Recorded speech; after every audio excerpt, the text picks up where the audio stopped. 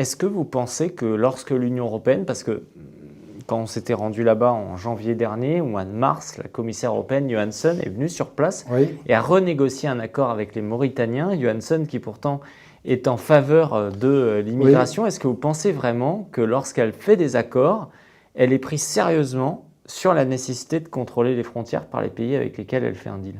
Mais c'est un pari qui marche plus ou moins avec la Turquie, c'est un pari qui marche plus ou moins, et même plutôt bien avec la France, puisque la France joue le rôle que joue la Turquie vis-à-vis de l'Angleterre, de la Grande-Bretagne, et vis-à-vis des pays comme la Tunisie ou comme la Mauritanie, on donne de l'argent, l'Union européenne donne de l'argent dans l'espoir que ces pays-là freinent, arrêtent ou bloquent ou ralentissent les flots migrants.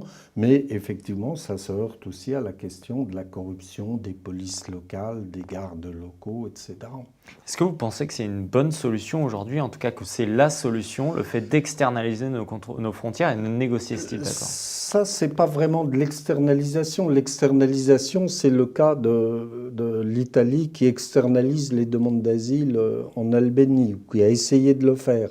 Ça, c'est pas vraiment de l'externalisation. Ce sont des accords de coopération avec un certain nombre de pays, comme encore une fois, la Grande-Bretagne le fait avec nous, Français, à Calais. Donc c'est de la coopération plus que de l'externalisation. Mais c'est vrai que l'Union européenne paye beaucoup dans ce cas avec la Tunisie, avec la Turquie. Je crois que c'est 3 milliards avec la Turquie, 3 milliards d'euros.